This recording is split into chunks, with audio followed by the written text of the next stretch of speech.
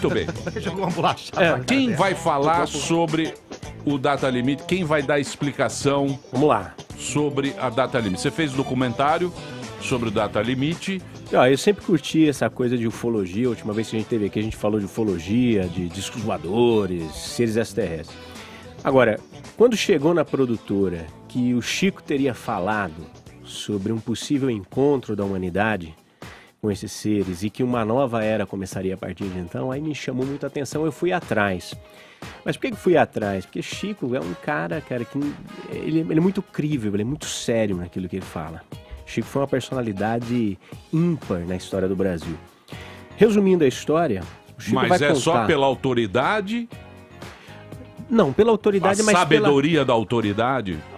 Sabedoria, mas também por aquilo que você pode comprovar. Por exemplo, todo mundo aqui que é de mídia sabe que o ibope histórico da TV brasileira foi o quê? Chico Xavier no programa Pinga Fogo em 71. Foi o maior recorde histórico na TV brasileira. O povo quer saber do outro lado, né? Chico, pois é, o povo quer saber do outro lado. Agora, o bacana é que esse discurso dele no Pinga Fogo, ele vai dando vários elementos que na época pareciam ficção científica. E que depois, com o tempo, começaram a se comprovar. Tipo? Por exemplo, ele fala do estabelecimento futuro de bases na Lua. E ele fala que essas bases utilizariam água obtida no solo lunar. Isso só foi acontecer a descoberta de água na Lua em 2010. E agora, quando a NASA está lançando o seu projeto de retomada, né, do programa espacial, eles estão lançando inclusive essa meta para 2024, voltar e estabelecer... Mas isso é pro Trump se reeleger. Isso aí eu não acredito também.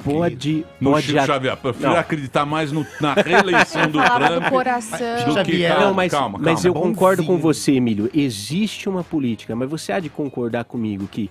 Como é que ele sabia que tinha água na Lua? Como é que ele sabia que as bases poderiam ser construídas com o próprio material da Lua, usando impressoras 3D ou coisas do tipo?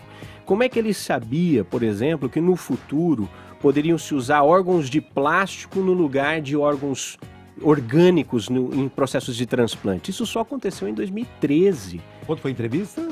Em 1971. Eu nem 71. Nem tava 71.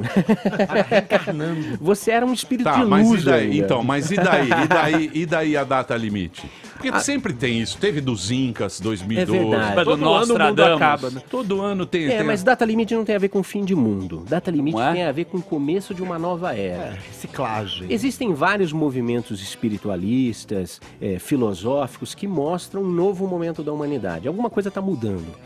E existe um anseio pelo novo, existe um anseio por algo melhor e, ao mesmo tempo, existe uma falência dos paradigmas que nós estamos vivendo que a gente vê que não funciona mais. Não funciona mais.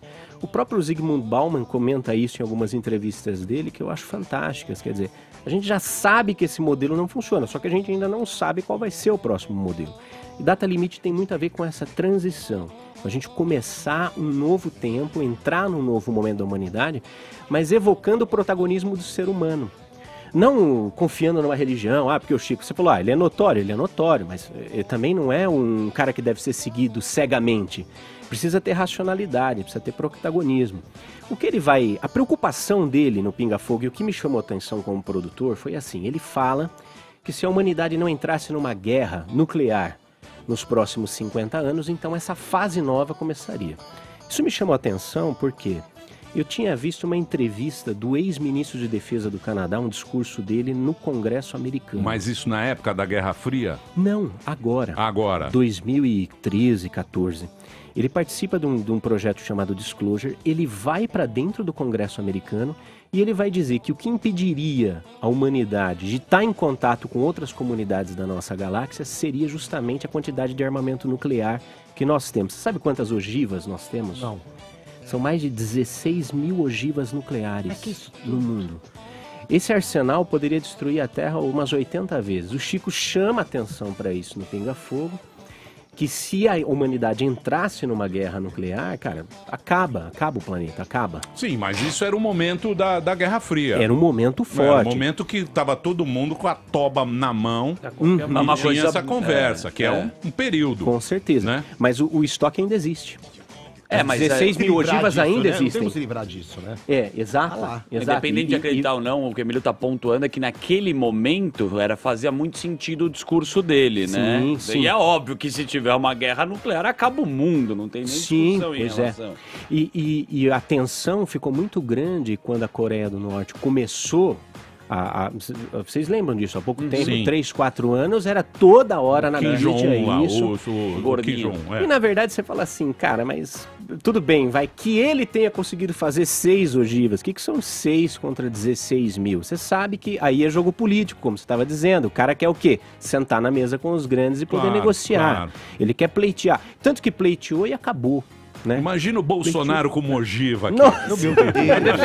Chernobyl, porra. Imagina o Bolsonaro. Ele já é ogiva. Quantos querem ogiva, outros querem ogiva. Vou dar ideia, Emílio. O Bolsonarinho. Na orgia. Dos filhos. Enéia já defendia a arma nuclear aqui também. Mas deixa eu pontuar um pouquinho, se me permite, Emílio, a visão do espiritismo dessa história toda, né? Primeiro, isso que ele comenta teria sido uma conversa, é baseado numa conversa que Chico teria tido com uma pessoa, o Geraldo, né? Que tinha 17 anos na época e tal. E essa pessoa guardou essa informação e veio recentemente a público apenas.